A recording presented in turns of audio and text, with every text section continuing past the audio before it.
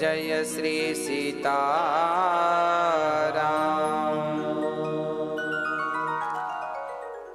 परम मंगलमय परात्पर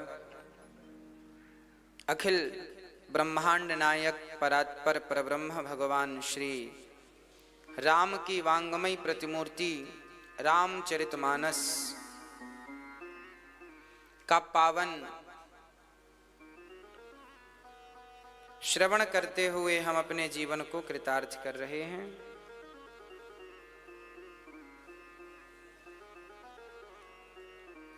प्रिय भक्तों,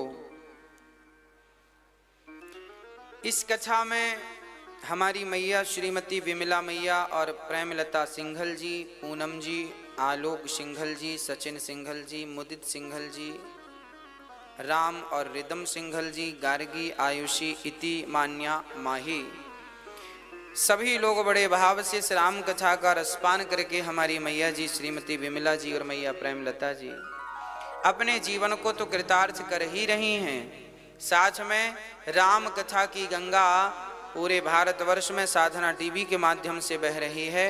घर बैठकर भी जो लोग कथा का रसपान कर रहे हैं उन सभी भक्तों को भी जय श्री राम। आप सभी उपस्थित मातृशक्ति भगवत चरणानुरागी प्रिय वैष्णव भक्तों को जय श्री कृष्णा, जय श्री राम। भगवान प्राणी मात्र को पावन करने के लिए अनेकानेक अवतार लेकर अनेकानेक लीलाएं करके और हमें जीने की कला भगवान ने सिखाई है। हमारे सदग्रंथों में जो लिखा है, रामायण है, रामचरितमानस है, वेद हैं, पुराण हैं, गीता है, इनमें लिखा क्या है? जब इन्हें गंभीरता से समझेंगे, पढ़ेंगे तो पता चलेगा कि इनमें जो भी कथाएं हैं वो हमारी और आपकी ही कथाएं हैं। जो भी चर्चाएं हैं, कई बार हम वो बात कहते हैं जो आपके जीवन में घटती है, अर्थात आपसे जुड़ी है। शास्त्रों में वही बातें तो हैं जो हमारे जीवन में रोज चलती हैं। शास्त्र क्यों हैं? अच्छा ये बताओ, आप तैयार होने के बाद दर्पण देखते हैं कि तैयार होने के पहले? फाइनल देखते तो पहले भी हैं, पर फाइनल दर्पण आखिरी में देखते हैं। दर्पण क्यों होता है? दर्पण क्यों है? दर्पण यह बताता है कि कहाँ श्रृंगार अधूरा हुआ है, कहाँ पूरा हो गया है, कहाँ ठीक है, कहाँ ठीक नहीं है। दर्पण जो है वो आपको स्पष्ट करता है, संतुष्टि दिलाता है कि हाँ यहाँ ठीक है, यहाँ ठीक नहीं। उसी प्रकार अच्छा, आपके गाल में कोई काला सा कुछ डॉट लगा हुआ है तो आपको पता नहीं चलेगा कि मेरे गाल में कुछ लगा है काला या कुछ भी। कब पता चलता है? जब हम दर्पण देखते हैं शीशा, अच्छा यहाँ लगा, साफ कर लिया, ऐसा होता है ना। कहने का अर्थ क्या है? दर्पण इसलिए होता है ताकि आप अपने को ठीक कर सकें, जहां गड़बड़ी है उसे सुधार कर लें। उसी प्रकार वेद पुराण दर्पण हैं। आप जो जीवन जी रहे हैं इसमें कहां त्रुटि है, शास्त्रों को समझकर, सुनकर, पढ़कर देखिए, जहां त्रुटि है ठीक कर लीजिए। दर्पण में जब आप देखेंगे पता चलेगा गाल में कुछ लगा है, तो दर्पण के गाल में, अच्छा दर्पण में भी आपका चित्र दिख रहा है, तो दर्पण में जो गाल दिख रहा उसमें हटाओगे कि अपने गाल में हटाओगे? अपने गाल का हटाओ तो दर्पण के गाल का हट जाएगा। उसी प्रकार शास्त्र तो हमारे दर्पण हैं। जो भी हमारे जीवन में अच्छा या बुरा हो रहा है वह आप शास्त्रों से सीख सकते हैं, समझ सकते हैं। अभी मैं चर्चा सुनाऊंगा, समझने लायक चर्चा है। कल हमने सुना कि भगवान श्री राम का विवाह हुआ। यहां भी एक अद्भुत चर्चा आएगी, सुनिएगा। देखिए हमारे जीवन से रिलेटिव चर्चाएं हैं, इन्हें शास्त्रों को ना लोग बस चौपाई पढ़ लिया, श्लोक पढ़ लिया, कथा सुन ली, याद कर लिया, खत्म। इतने के लिए शास्त्र नहीं है। शास्त्र धारण करने का नाम है, चरितार्थ करने का नाम है। जो व्यक्ति शास्त्रों के अनुसार चलेगा वो व्यक्ति जीवन में सफल होकर ही रहेगा। आज आप सफल यदि हैं तो कहीं ना कहीं आपको सत्संग अच्छा मिला है, अच्छे लोगों की संगत मिली है, इसलिए आप सफल हैं। जो व्यक्ति असफल है उनको गलत संगत मिल गई, इसलिए असफल हो गए। यदि अच्छे लोगों की संगत करते, शास्त्रों के अनुसार जीवन चलाते, तो याद रखना शास्त्रों को सुनने वाले को केवल भगवान ही नहीं, संसार का सारा सुख भी उसे प्राप्त होता है, चाहे कोई सा भी सुख हो। आपको धन चाहिए ना, आप शास्त्रों के अनुसार चलकर देखिए, आपको धन की प्राप्ति होगी। सुंदर संतान चाहिए, पुत्र पौत्रादि चाहिए, शास्त्रों के अनुसार चलकर देखिए, आपको सब कुछ मिलेगा। शास्त्रों पर विश्वास करके देखिए, उन्हें धारण करके देखिए, जो लिखा है उनका अनुसरण करके देखिए, जो चाहते हो सब कुछ मिलता है। पर जीवन हो शास्त्रों के अनुकूल, प्रतिकूल ना हो। भगवान श्री राम का विवाह माता सीता के संग जैसे राम जी ने धनुष तोड़ा, श्री परशुराम जी आ गए।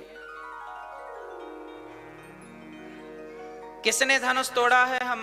हमारे गुरु जी का धनुष है ये। अब तो जब गुरु जी का धनुष टूटा तो परशुराम जी दौड़ पड़े। किसने ये अपराध किया? बहुत बोले,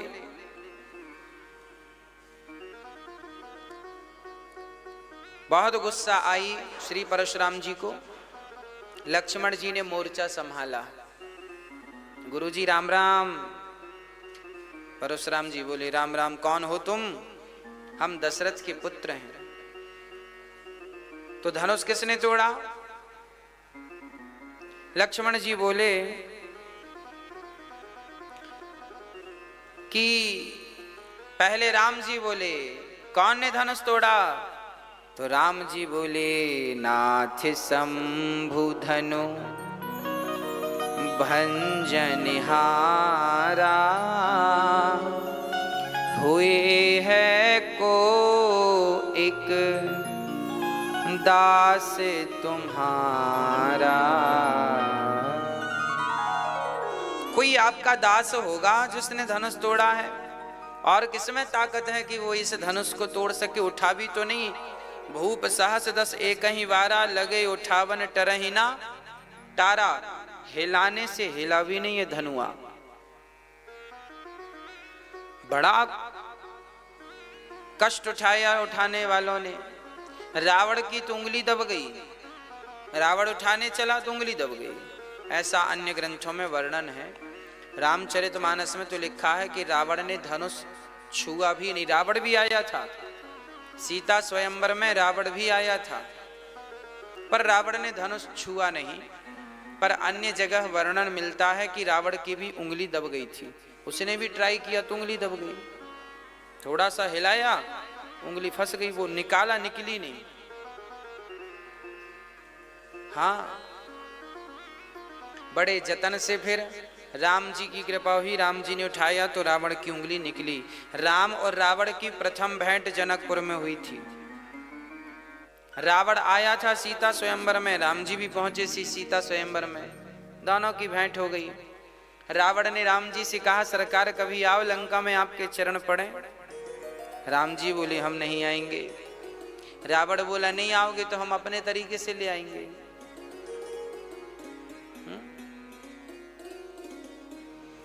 चलिए, ये तो बाद का विषय है। भगवान श्री राम परशुराम जी का सामना कर रहे हैं। लक्ष्मण जी बोले, आपको क्या तकलीफ है? धनुष टूट गया। तो परशुराम जी बोले, हमारे गुरु जी का धनुष है। लक्ष्मण जी बोले, तो सुनो, हमसे दूसरा धनुष ले लो। ऐसे धनुष तो हम बहुत तोड़ते चले आ रहे हैं, क्षत्रिय बालक हैं। परशुराम जी आग बबूला हो गए, क्या समझते हो कोई साधारण धनुष है ये? तोड़ते चले आ रहे हो, जानते नहीं हो हम कौन हैं? लक्ष्मण जी बोले, देखो हम बहुत जानते हैं आपको। आप वही परशुराम जी हैं ना जिसने अपनी माँ का गला काट दिया था? वही हो ना? परशुराम जी बोले, हाँ वही है, बाद में जोड़ भी तो दिया था, भूल गए? परशुराम जी ने अपने पिता की आज्ञा मानी। क्या हुआ था? परशुराम जी के पिता जमदग्नि थे ना। परशुराम जी के पिता श्री जमदग्नि जी की पत्नी जल में पानी भरने गई थी, नदी। तो वहां पर कुछ अप्सराएं और गंधर्व उस नदी में क्रीड़ा कर रहे थे। तो परशुराम जी की मां जमदग्नि पत्नी वो क्रीड़ा देखने में विलंब हो गया 5-10 मिनट का। तो जमदग्नि जी ने देखा कि मेरी पत्नी का मन किसी स्त्री पुरुष में लगा है। तब तक परशुराम जी आ गए फरसा लेकर। परशुराम जी ने कहा, थोड़ा इनको तेज कर दो, इनको थोड़ा, हाँ बढ़ा दो। परशुराम जी ने कहा, गुरुदेव, प्रभु जी, पिताश्री, चरणों में आपके पुत्र का प्रणाम स्वीकार कीजिए। जमदग्नि जी ने कहा, बेटा परशुराम जाओ, यदि तुम्हारी मां किसी पुरुष की तरफ देख रही हो तो जाओ उसका सिर काट के ले आओ, यह पिता की आज्ञा। परशुराम जी गए तो सचमुच इनकी मां वहां कुछ लोग स्नान कर रहे थे तो उनको देख रही थी। अच्छा, वो तो देख रही थी यूं, भाई आदमी तालाब में नदी में कोई नहाता है तो उछल कूद करता है, छलांग लगाता, कोई भी स्वाभाविक सी बात है, देखने लगता कैसे कूद रहे हैं ये लोग। परशुराम जी गए और अपनी मां का सिर काट दिया, अपने फरसे से सिर काट के ले आए। मां को उठा के ले भी आए, चरणों में रख दिया, बोले ये रही मां, ये रहा मां का सिर। परशुराम जी के पिता जमदग्नि बड़े प्रसन्न हुए, वाह, ऐसा आज्ञाकारी पुत्र जो पिता की हर बात मानता हो।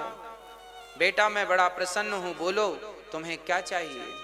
तो परशुराम जी ने कहा, हमारी मां को जीवित कर दो, यही चाहते हैं।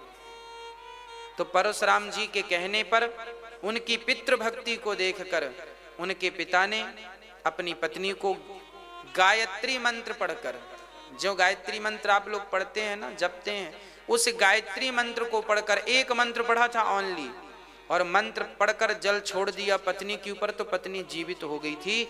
मरे को जीवित करने की ताकत ये गायत्री मंत्र रखता है। इसलिए इस गायत्री मंत्र का जाप हर क्षण हर समय नहीं किया जाता, बड़ा पावरफुल है ये मंत्र, सबको इसका जाप नहीं करना चाहिए।